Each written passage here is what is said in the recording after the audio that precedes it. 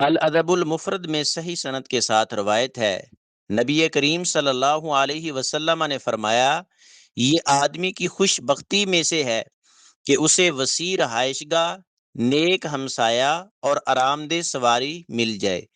اس حدیث کا مفہوم یہ ہے کہ دنیا کی کچھ نعمتیں ایسی ہیں جو اگر انسان کو عطا ہو جائیں تو وہ دنیا میں سکون، اطمینان اور دین پر عمل کرنے کے لیے اچھا ماحول حاصل کر لیتا ہے۔ ان میں سے تین چیزیں یہ ہیں: نمبر ایک وسیع گھر، نمبر دو نیک ہمسایہ، نمبر تین اچھی سواری۔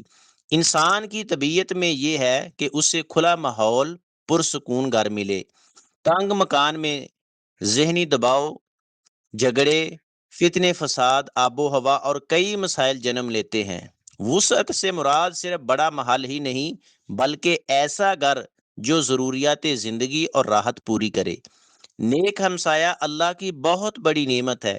اگر ہمسایہ برا ہو تو زندگی تنگ ہو جاتی ہے۔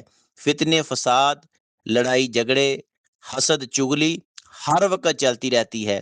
عبادت میں دل نہیں لگتا، سکون برباد ہو جاتا ہے۔ نمبر تین سواری۔ آج کے دور میں موٹر سائیکل یا گاڑی آرام دہ سواری انسان کو تھکاوٹ اور سفر کی تاخیر کی مشقت سے بچاتی ہے۔